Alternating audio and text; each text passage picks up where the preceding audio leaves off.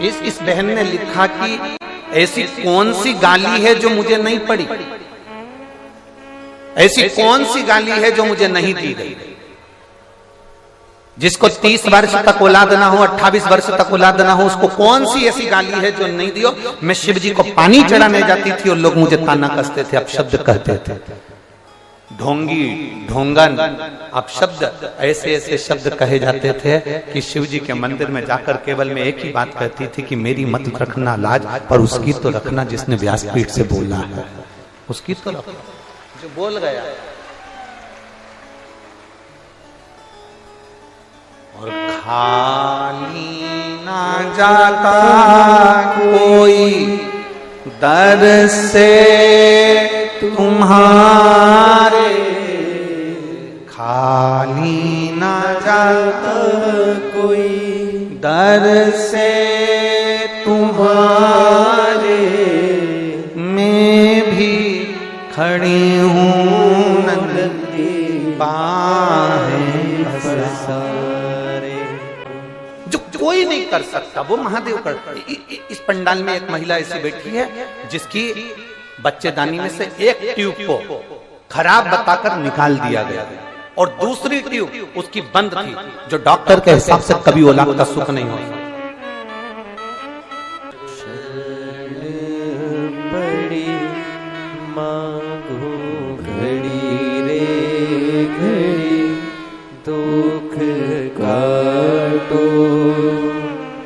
दया करी दर्शन आपो।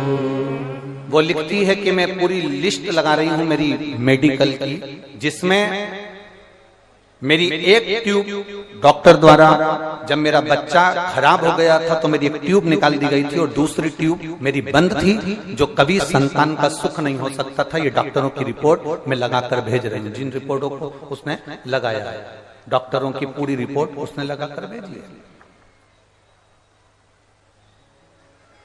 मेरा नाम निकिता सिंह, मेरे पति का नाम अभिषेक सिंह। हम रोहारी गोरखपुर से आए हैं। कहीं बैठे हो तो हाथ हिला सकते हैं। आप ही हैं? बच्चा लाए हो साथ में? लिया लिया। रोहारी गोरखपुर से आए हैं। मेरा एक गर्भ ठहरा था, पर गर्भ ठहरने के बाद मेरे को बच्चा उसी गर्भ में बेकार हो गया। डॉक्टर के हिसाब से इतना बेकार हो चुका था कि मेरी ट्यूब निकालना जरूरी थी। नारी के शरीर में, पीछे आवाज नहीं जा रही, स्पीकरों की डोरियां निकल गई। नारी के शरीर में 2 ट्यूब होती है, उसमें से एक ट्यूब मेरी निकाल दी गई, दूसरी ट्यूब डॉक्टर के हिसाब से बंद थी, जो कभी नहीं खुल सकती थी। अगर ऑपरेशन भी करा लेते तो वो ट्यूब नहीं खुलती। ये डॉक्टरों ने रिपोर्ट में कहा। तब हमारे को संतान का सुख नहीं हुआ। हम किससे कहें?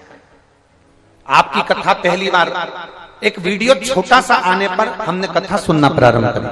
पशुपतिनाथ का व्रत किया और हमने सफेद आंकड़े की जड़ तुमरुकेश्वर महादेव के नाम से 21 बार घुमाकर नंदी के पास खड़े होकर कमर में लाल धागे से बांध लिया। बांधने के बाद बाबा से हमने प्रार्थना करी, रोज मंदिर जाते, रोज बेलपत्र चढ़ाते, जल पीते, बेलपत्र खाते, और बाबा की कृपा से 1/9/2022 को हमारे घर में बाबा की कृपा से संतान की प्राप्ति हुई, जिसका नाम हमने, पुत्र का नाम सोमेश्वर रखा है। हमारे बेटे का नाम हमने सोमेश्वर रखा है गुरुदेव। ये शिव कृपा से हुआ है, जो दुनिया में कोई नहीं कर सकता। जब एक ट्यूब निकल जाए, दूसरी ट्यूब बंद है और डॉक्टर के हिसाब से वो ऑपरेशन से भी नहीं खुल सकती, तो वो बाबा की कृपा से ही हुआ है। उन्होंने एक लाइन भजन की बहुत अच्छी लिखी, आ जाओ, कि भर दिया भंडार काशी वाले ने, कर दिया माला काशी वाले ने, लुटा दिया भंडार काशी वाले ने, कर दिया माला माल काशी वाले ने। बस खुश होकर जाओ, रोके नहीं, आंसू पोछो, अच्छे से जाओ, खुश खुश होकर हो।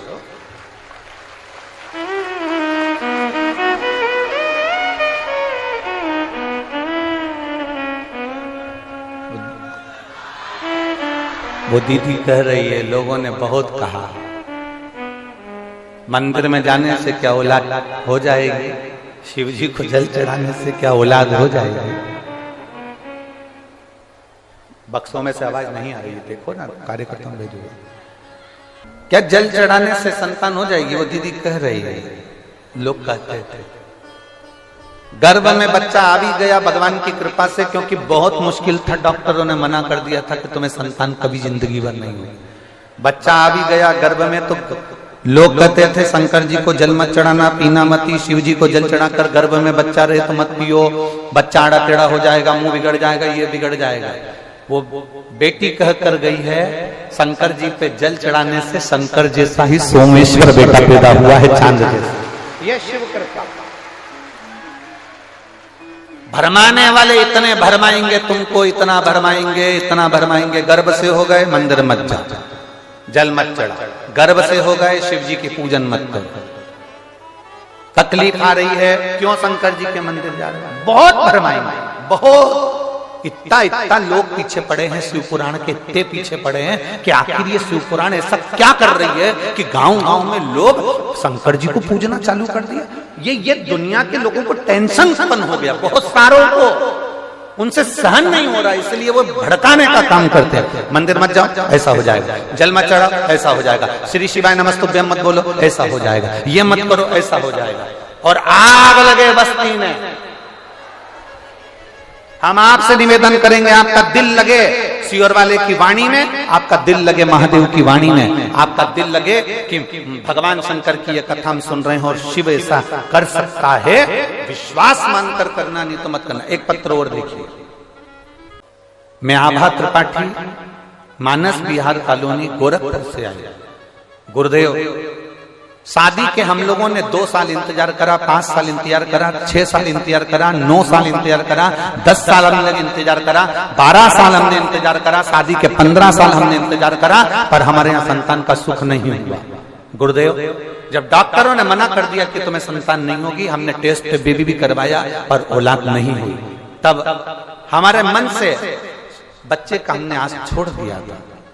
तब एक सब्जी बेचने वाली बाई ने, जो सब्जी बेचने के लिए ठेला लेकर आती थी, वो मोबाइल पर कथा सुन रही थी ठेले के ऊपर रखकर। उसने कहा, बहन इनकी कथा सुनती हो?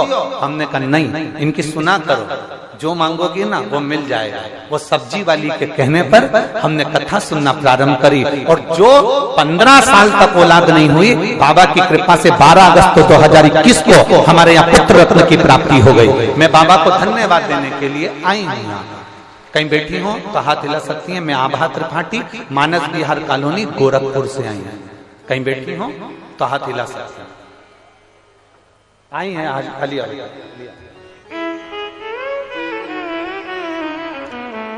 केवल एक सब्जी वाली के कहने से, जो कथा सुनकर जा रही है, उसके कहने पर जिन्होंने भगवान शिव की आराधना का फल पाया और 15 साल के बाद लाल को पाया, ये शिव।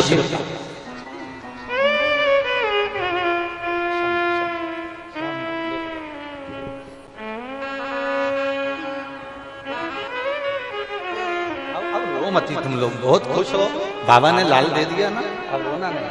बाबा की कृपा हमारी वजह से है, शिव कृपा करने वाला। बेटा, अरे लुटा दिया भंडार काशी वाले ने, कर दिया माला माल काशी वाले ने। शिव कृपा। एक सब्जी वाली पर भरोसा करना, और वो कथा सुन रही है केवल ठेले पर रखकर सब्जी बेचते बेचते, और उसने कह दिया आप कथा सुनती हो, आप इनकी कथा सुनो, जो मांगोगी वो मिलेगा। और मुझे 12 अगस्त 2021 को बाबा ने पुत्र रत्न की प्राप्ति कराई। गुरुदेव, ये शिव कृपा है, ये शंकर की उदारता है, ये शिव तत्व की आनंदता, ये शिव तत्व की आनंद। जो उसके भक्ति, जो विश्वास, जो दृढ़ता उसने करी, वो भरोसा उसका जागा। यहाँ जितने पुरुष हैं, जितने साधु सन्यासी तपस्वी साधक उपासक ब्राह्मण संत साधु जितने भी हो, तुम ये समझ कर आना कि कुबरेश्वर धाम तुम साधारण जगह नहीं जा रहे हो। जैसे महादेव ने अपनी बेटी अशोक सुंदरी का विवाह करा था और उनके भी दामाद थे, वैसे ही मेरे महादेव के तुम दामाद हो, तुम्हें लिफाफे के बिना नहीं भेजेगा मेरा बाबा। बेटी मायके जाती है तो साड़ी लेकर आती है और दामाद मायके जाता है तो मान लेकर आता है, तुम्हें खाली नहीं भेजेगा। हमने पहले भी कथा में कहा, हमारा एक नियम है, व्यासपीठ पर आने से पहले हम शंकर को भजते हैं, सुबह भजन करते हैं, जब पूजा करते हैं, सेवा करते हैं, शिव का अभिषेक करते हैं, प्रतिदिन भगवान शंकर से प्रार्थना करते हैं, तो एक ही बात कहते हैं कि पुरुष की जेब खाली मत रखना और नारी की गोद खाली मत रखना, बस इतनी कृपा जरूर। पुरुष की जेब खाली रहती है तो लोग ताने देते हैं, उसको नीचा दिखाने का प्रयास करते हैं, गालियां देते हैं, अपशब्द कहते हैं, ठोकरें मारते हैं, कोई नहीं पूछता। अगर पति की जेब खाली है, पुरुष की जेब खाली है तो उसको कोई नहीं पूछता। और नारी की अगर गोद खाली है, उसकी औलाद नहीं है, तो लोग उसको ताना ताना दे देकर मार देते हैं। इसलिए भोले बाबा, पुरुष की जेब खाली मत रखना और नारी की गोद खाली मत रखना, उसको भर कर। ये हमारा प्रतिदिन का नियम है, बाबा से प्रार्थना करना, ये हमारा रोज का नियम है। शंकर भगवान से कहने का कि हम जा रहे हैं व्यासपीठ पर, हम जा रहे हैं व्यासपीठ पर और आप हमारे साथ चल रहे हो। बस जो विश्वास लेकर आए, जो सुने दिल से, उसकी जेब भी खाली ना रहे और उसकी गोद भी खाली ना रहे। इतना देना कि वो दुनिया को चिल्ला चिल्ला के कह सके कि मेरे बाबा ने दिया है, मेरे महादेव, मेरे महाकाल ने दिया है, मेरे कुबेर भंडारी ने दिया।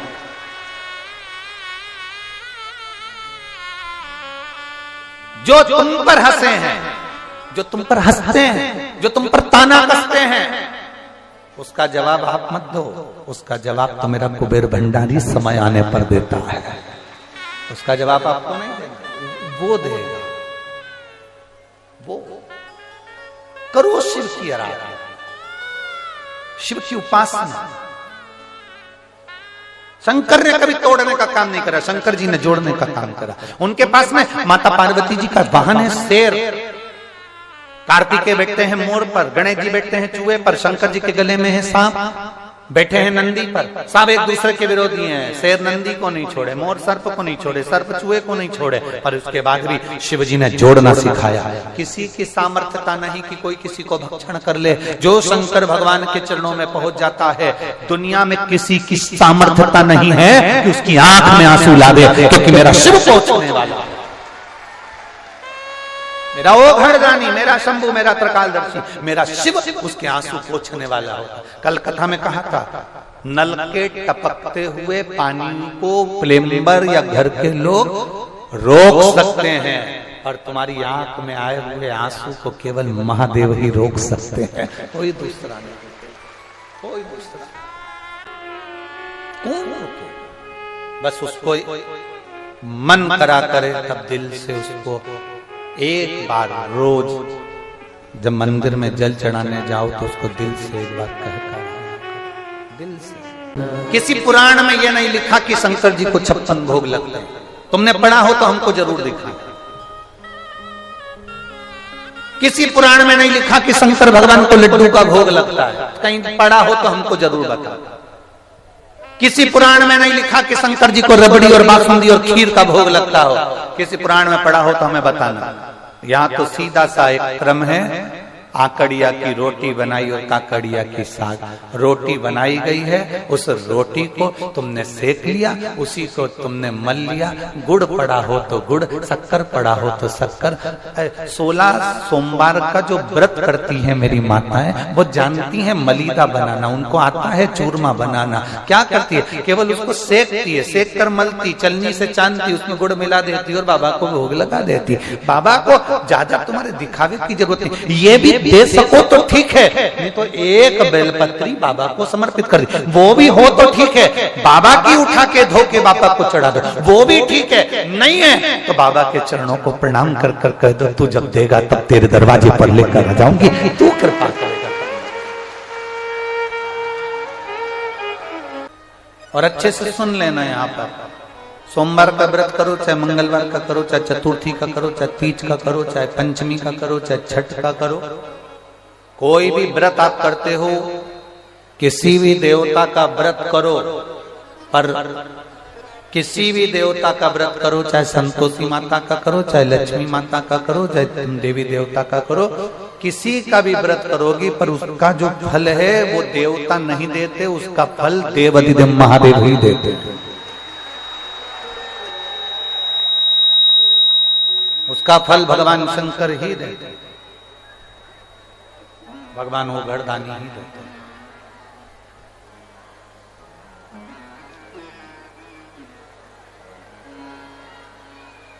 शिव जी को जल चढ़ाने पर सारे देवता हमारे आशीर्वाद देने के लिए अनुकूल हो जाते।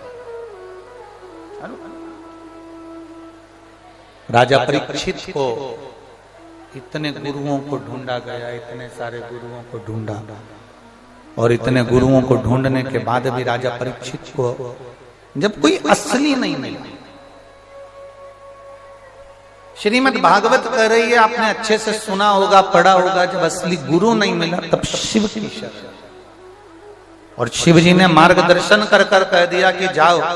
मार्गदर्शन बताने वाला वो घरदानी शंभु होता है, त्रिकालदर्शी होता है, जिसने मार्ग बता दिया कि जाओ और तुम जाकर सुखदेव जी महाराज की शरणागति ग्रहण करो। सुखदेव जी कौन? जिसको अमर कथा भगवान शंकर ने सुना दी थी पार्वती जी के समय।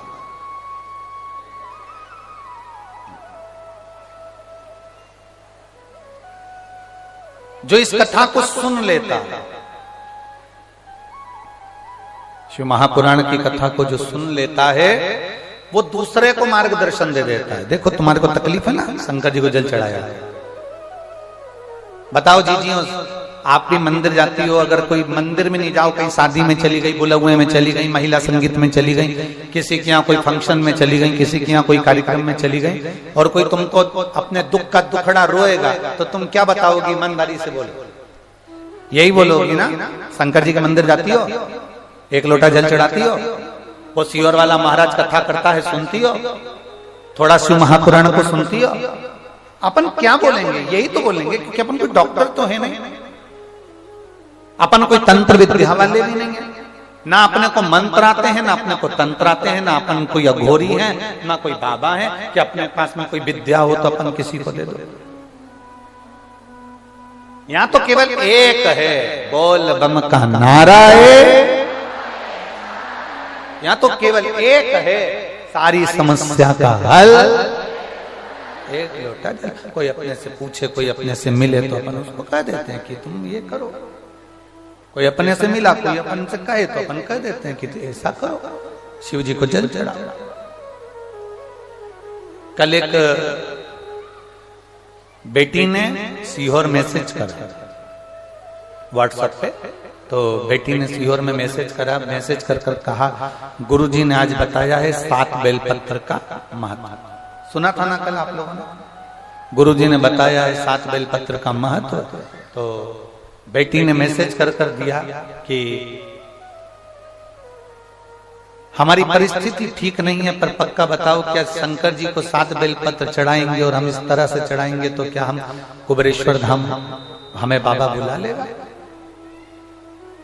कार्यकर्ता ने उसको मैसेज पर जवाब दिया, आपका दिल करे और विश्वास अगर पूर्ण पक्का है कि शिव देगा तो करना, कहीं थोड़ा बहुत भी डामाडोल हो बिल्कुल मत। एक भी उपाय अगर आप शिव पुराण का कोई उपाय करते हो, सफेद आंकड़े की जड़ का प्रयोग कर रहे हो, तो ये मत सोचना कि देगा कि नहीं देगा, नहीं शब्द लाओ मती। मैं पशुपति व्रत कर रही हूं, मुझे बाबा देगा कि नहीं? एक माँ ने पत्र लिखा, देख। और गुरुजी एक बात और कहना चाहती हूं, हमारे बिहार में आप कभी नहीं आए। मैं पूनम दीदी को इसलिए धन्यवाद देना चाहती हूं कि पूर्वांचल का बिहार जितना है उन सबको आपने शिव महापुराण की कथा इस उत्तर प्रदेश की धरा पर सुना, उसके लिए मैं धन्यवाद देती हूं। बाबा पहले हम बहुत भटक लिए जिंदगी में, परंतु दुख समाप्त नहीं हुए। इतना तकलीफ था जीवन में, इतना तकलीफ था जीवन में कि हमारे दुख समाप्त ही नहीं हो रहे थे। परिवार में कोई सुख नहीं, कोई शांति नहीं, कोई कार्य नहीं, बड़े परेशान। तब हमारे एक रिश्तेदार ने, प्रतिभा जी त्रिपाठी हैं, उन्होंने कहा सीहोर वाला महाराज कथा कहता है आस्था चैनल पर, कभी 1 बजे आती है, कभी 2 बजे आती है, उस कथा को सुनो। उन्होंने कहा कि आप आसन लगाकर कथा सुना करो, टीवी के सामने भी सुनो शिव महापुराण की कथा, तो आसन लगा लिया करो। पलंग पर बैठी हो तो पलंग पर लगा लो, सोफे पर बैठी हो सोफे पर लगा लो। हमने कुर्सी पर आसन लगाकर कथा सुनी। बाबा, हम नहीं जानते थे कि एक लोटे जल में इतना बल होता है कि जो मांगो वो मिल जाता। हम तो ज्ञानी हैं, दुनिया में भटक लिए और दुनिया में भटके पर उसका फल नहीं मिला। जो मेरे बाबा 6 साल से हम लगे हुए थे कि बाबा कोई फल देगा, कोई फल देगा, पर हमने सब दूर माथा रगड़ा, कहीं नहीं मिला। तब आपके, हमारी त्रिपाठी बहन जी के कहने पर हमने शिव जी के मंदिर जाना चालू करा, कथा सुनना प्रारंभ करा। मेरे बच्चे 6 वर्ष से सरकारी नौकरी की तैयारी कर रहा था, उसका एक बार नहीं हुआ। हम कई बार पत्रिका दिखाया है, अंगूठी पहना दी, ज्योतिषी को दिखाया, पर उसकी नौकरी नहीं लगी। आखिरी में बच्चा भी हताश हो गया, हम लोग भी हताश हो गए। तब कथा ने हमको बल दिया, और कथा ने बल देकर हमको ये बता दिया कि एक शहद लगाकर बेलपत्र शिव को चढ़ाओ और अपनी मेहनत पूर्ण करो तो जरूर उसका फल मिलता है। मेरे बेटे ने वही करा, और बाबा की कृपा से जो 6 साल में नहीं हुआ, मेरे बाबा की कृपा से मेरा बेटा पीएनबी बैंक में कैशियर के पद पर नियुक्त हो गया। मैं बाबा को यहाँ धन्यवाद देने के लिए आया।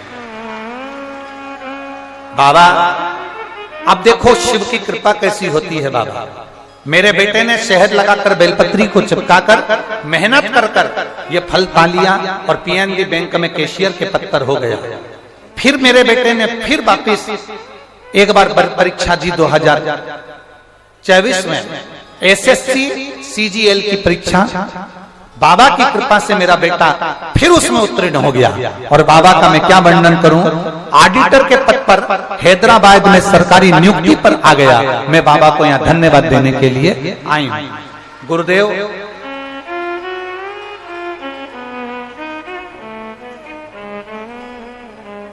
गुरुदेव, ये व्यासपीठ, ये शिव महापुराण की कथा साधारण नहीं, शिव शिव शंकर है।